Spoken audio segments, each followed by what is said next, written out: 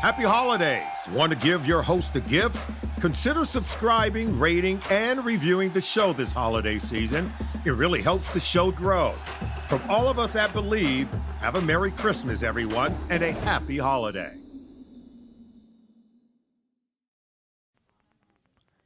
Retatrutide is years away from FDA approval, and yet the fight over access, price, control of this medication is already well underway. That's what this podcast is going to be about today. There's well over 100,000 people, by my estimates, who are already on some form of this medication today, and that should tell you enough about how disruptive this molecule is and will be. It is a game changer among game changer. We've been talking about it for 3 years here at On the Pen. Well before any of your favorite gym bros were talking about Retatrutide, we were talking about Retatrutide here at On the Pen. And that's because we identified this triple agonist as a game changer among game changers. So this is going to be a very Retatrutide heavy episode. And so I hope you'll join us and stick with us if this is a topic you enjoy, because I think this is really going to effectively lay the groundwork for what accessibility to this medication will look like. So let's get into it. Welcome to the On the Pen podcast with your host, Dave Knapp.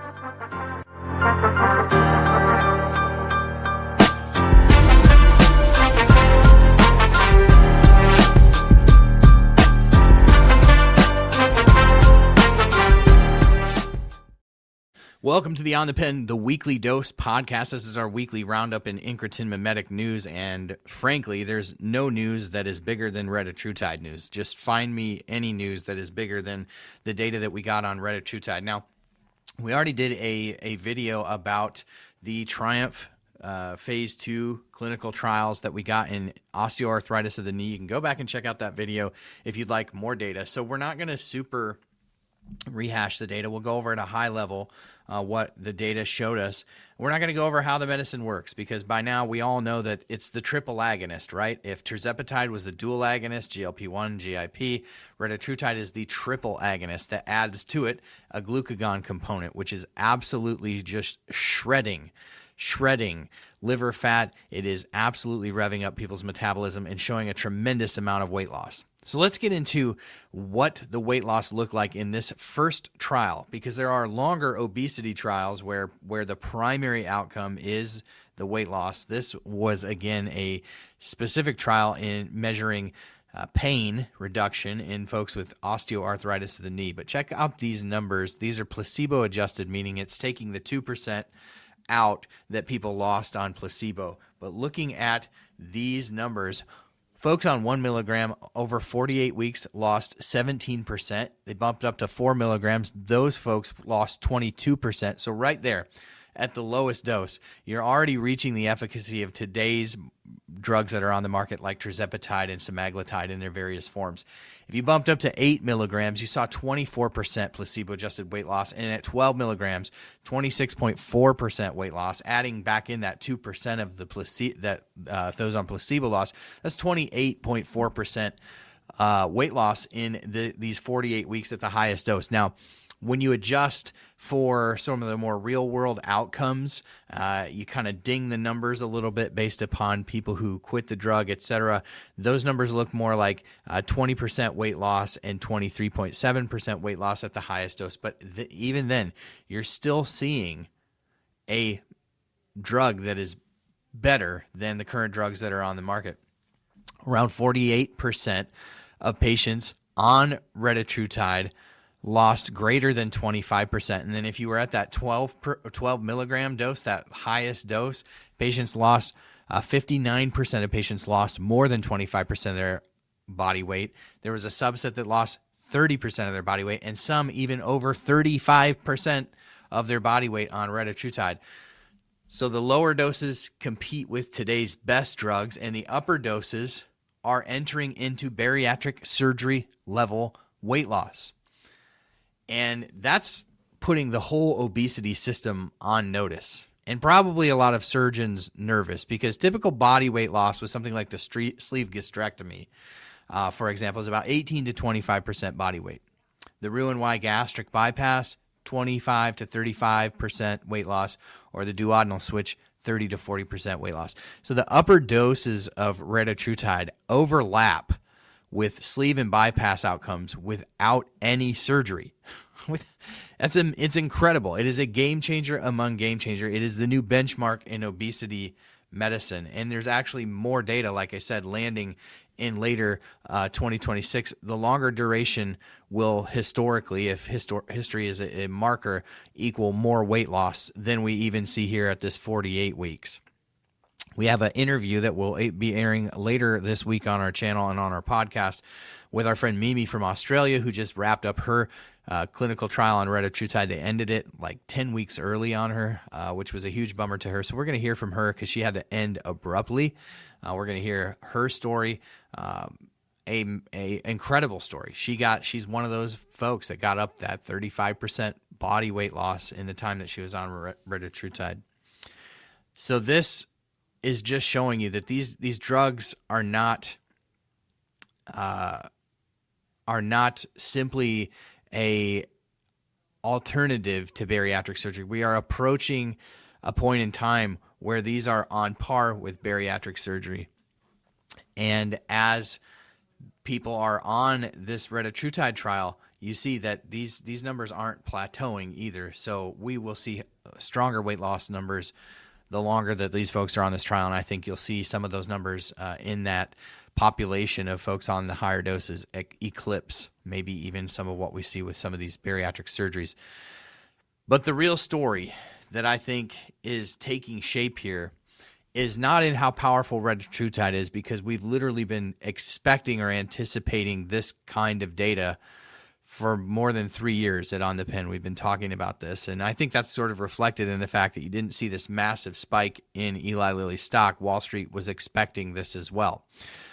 So it was on par, I think, with expectations, but the expectations are astronomical compared to previous options that were available to patients. And all the innovation in the world, all of these drugs, we talked last week about WVE-007, the James Bond of weight loss that targets fat.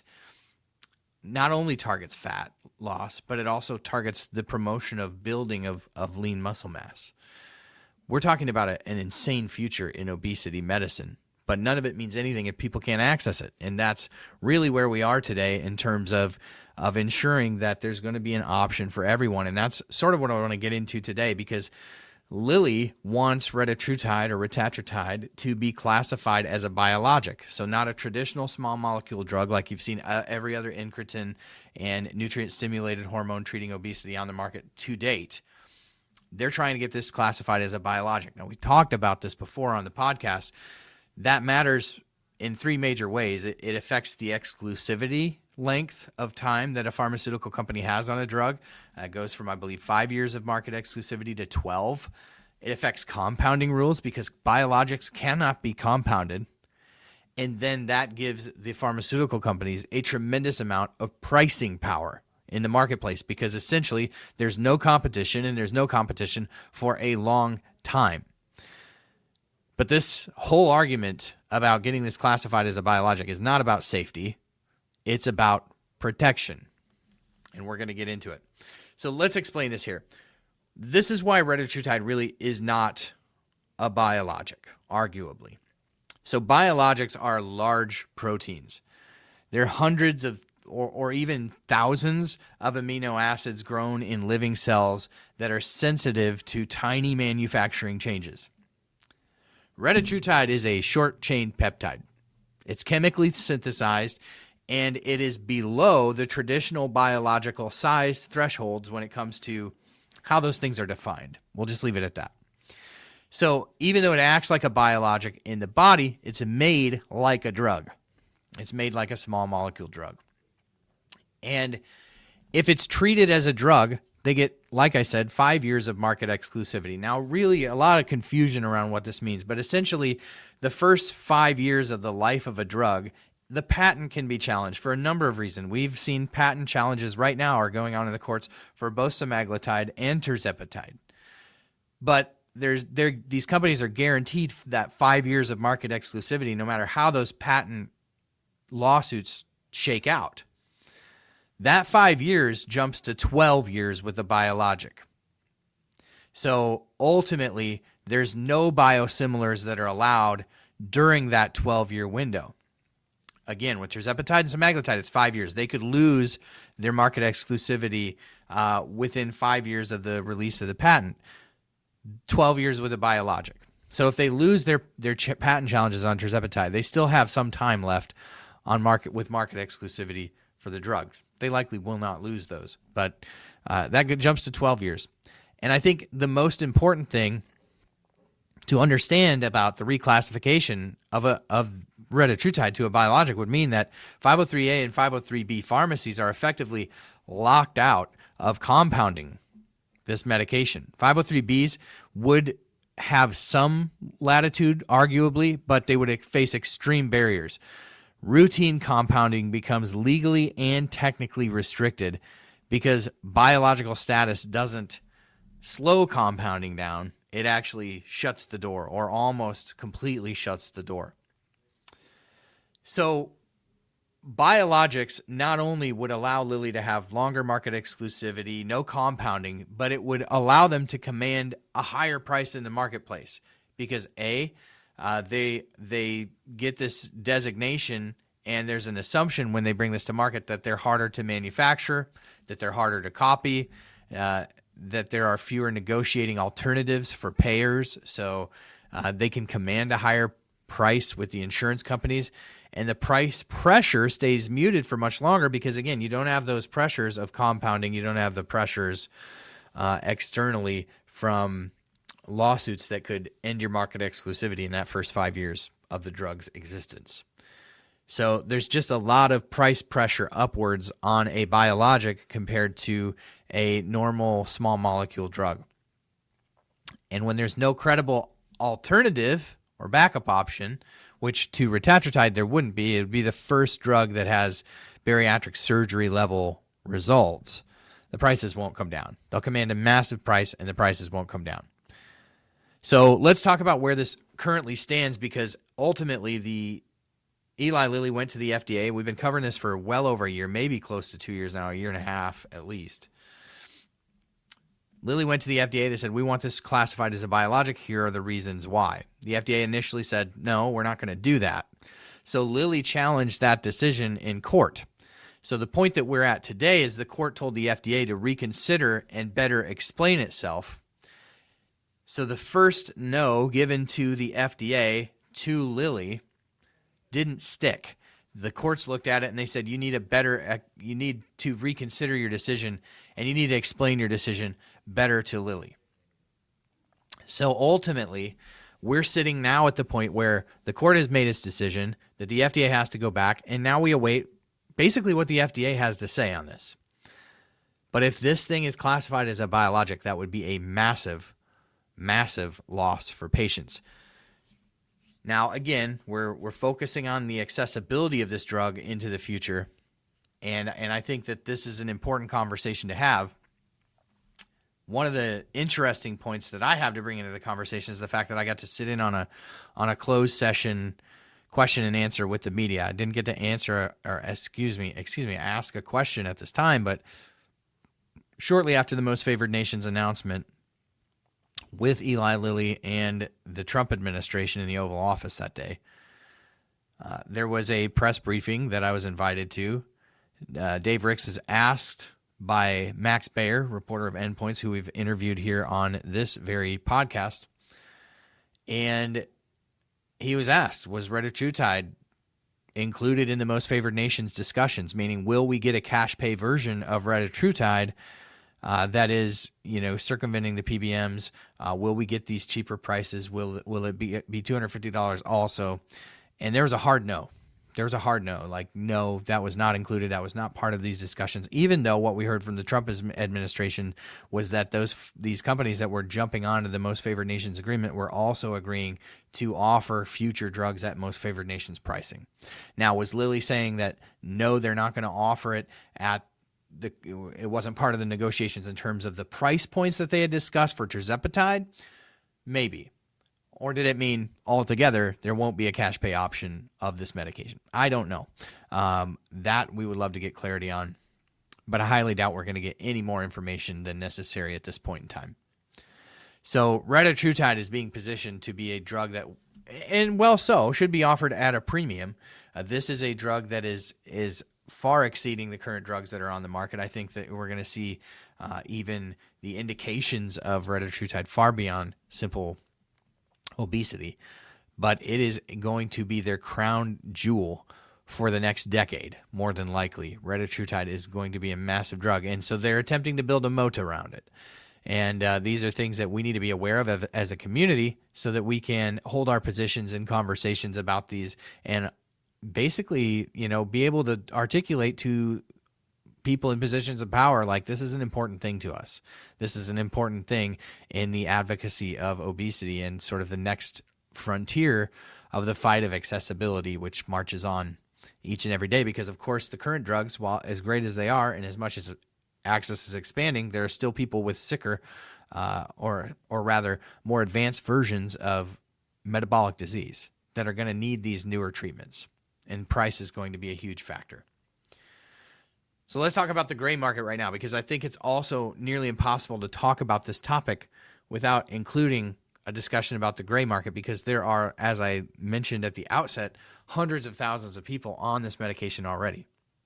So research-grade Retatrutide exists. It's in the gray markets of the internet. It's where people are going and they're buying, basically versions of these peptides that are made in factories overseas. They're being imported into the United States, oftentimes illicitly, in shipments that are marked as something else. The FDA's tried to crack down. There's no doctor involved in this. It's a very, that's why it's called the gray market, right?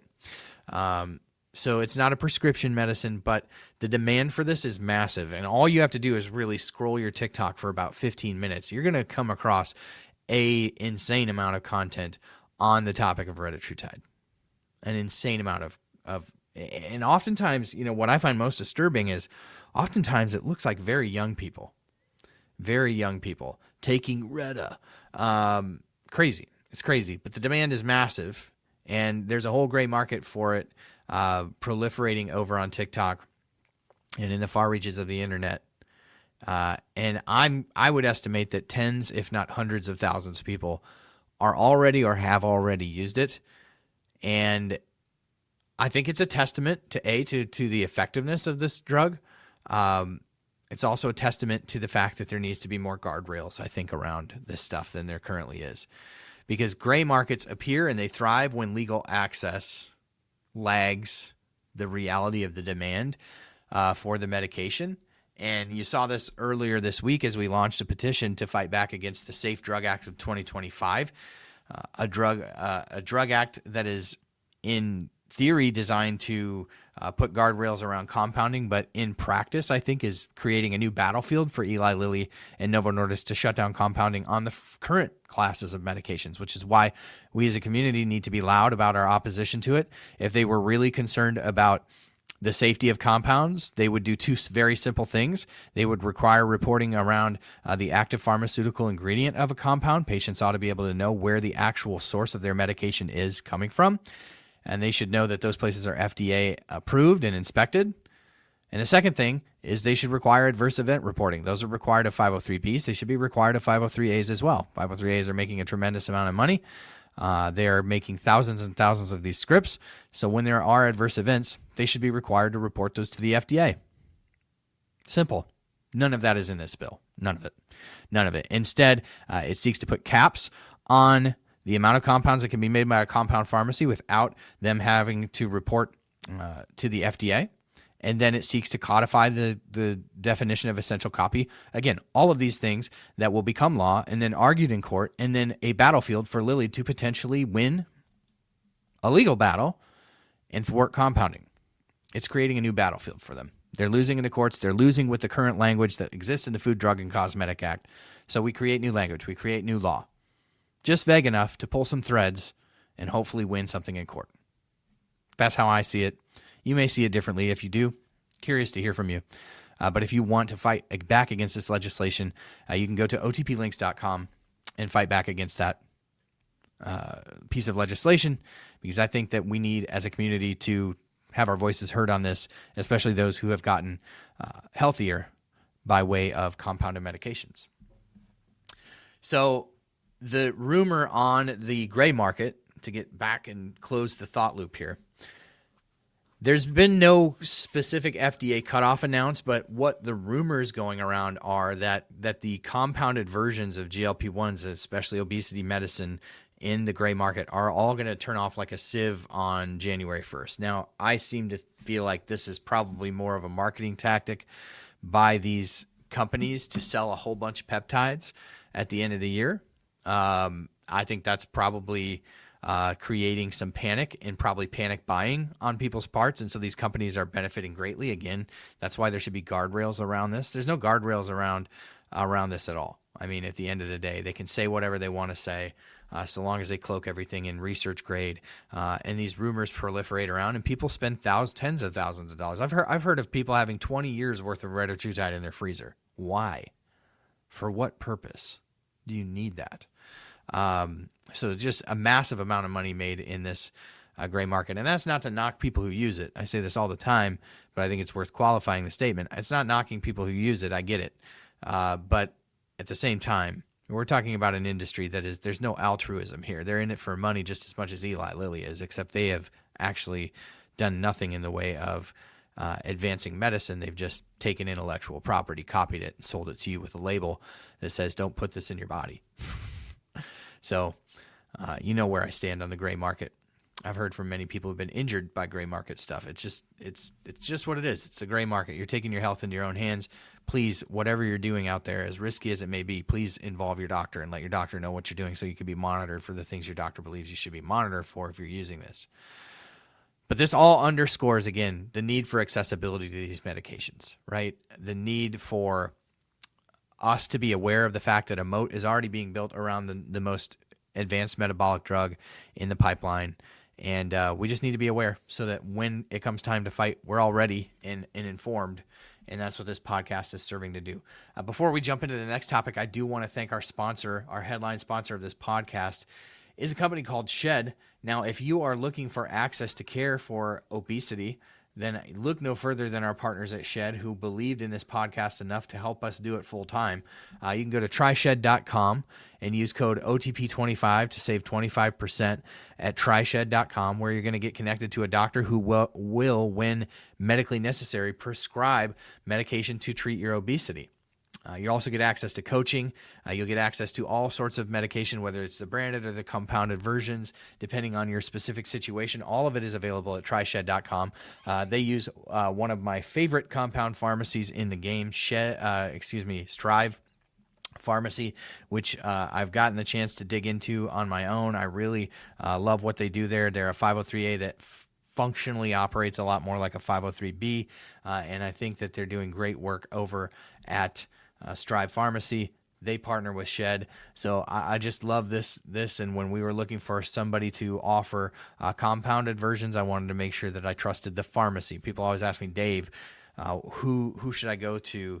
I'm like, the pharmacy matters more than anything, because you want to trust the source of your medication. So tryshed.com, use code OTP25. Listen, you're going to want to learn about taking any new medication before you take it, learn about the potential side effects, learn about the trade-offs. There's no free lunch, but all of the information that you're going to need, you can find at tryshed.com, and be familiarizing yourself with all of your options there. So thank you to Shed for being a wonderful partner here at On the Pen.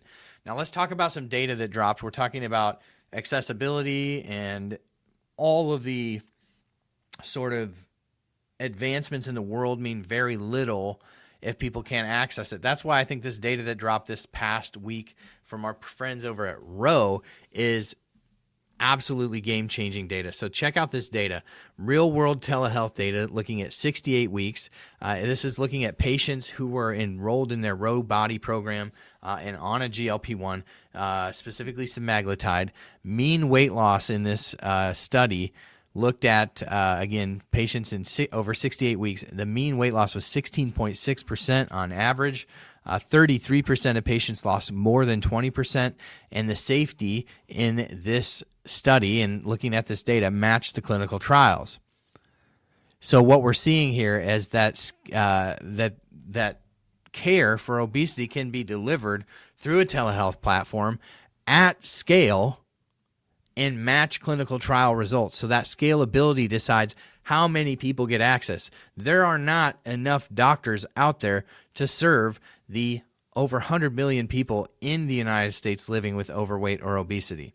So when you hear these blowhard doctors online calling all telehealth platforms except their own a pill mill, or as I like to say, pin mill, the data is actually showing something quite different, in that this type of obesity care can be delivered at scale through telehealth platforms. It can meet people where they're at and allow people to get care without the shame, without the stigma, without their doctor, just pointing to the door and saying, if you want a GLP-1, get out of my office. I ain't going to get it here.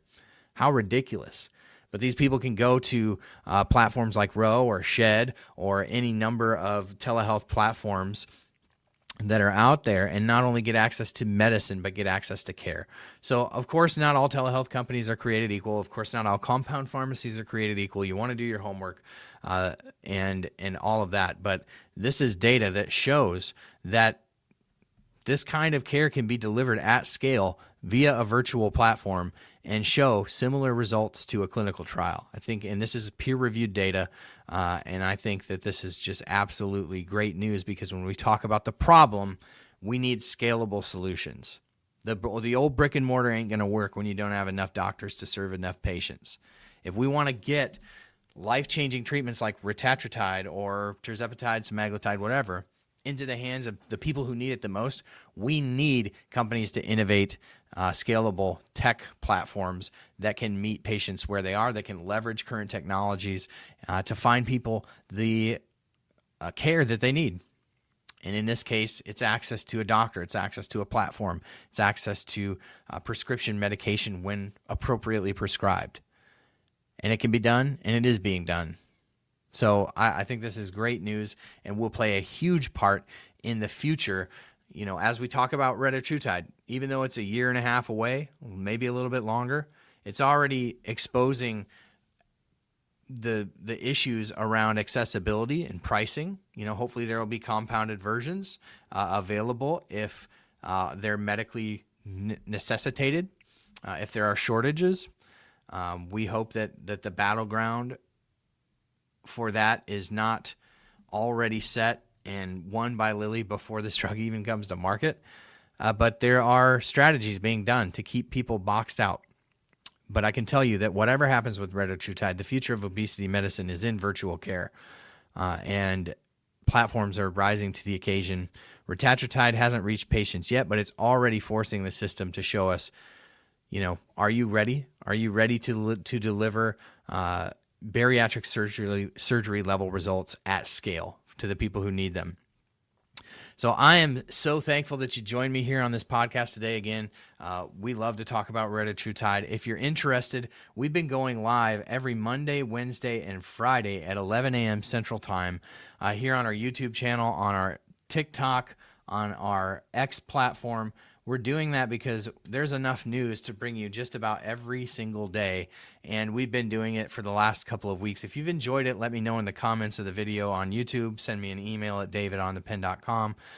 So every single Monday, Wednesday, Friday, and then we do a weekly rundown of the obesity medicine news every Tuesday. That's what this is, the Weekly Dose Podcast. You can catch this on all of the platforms that you listen to your podcasts on, and please make sure to leave us a 5-star rating and review before you log out of your podcast app. That helps so much. I don't think you guys understand how much that helps. The work that we do here to just train the podcast algorithms, that this one is worth listening to. I hope you enjoyed today's podcast. If you did, drop it a thumbs up, 5-star review, subscribe on YouTube, do all the things. Thank you for being here, and thank you for being the best part of what we do. We will catch you on the next one. Thank you, my friends.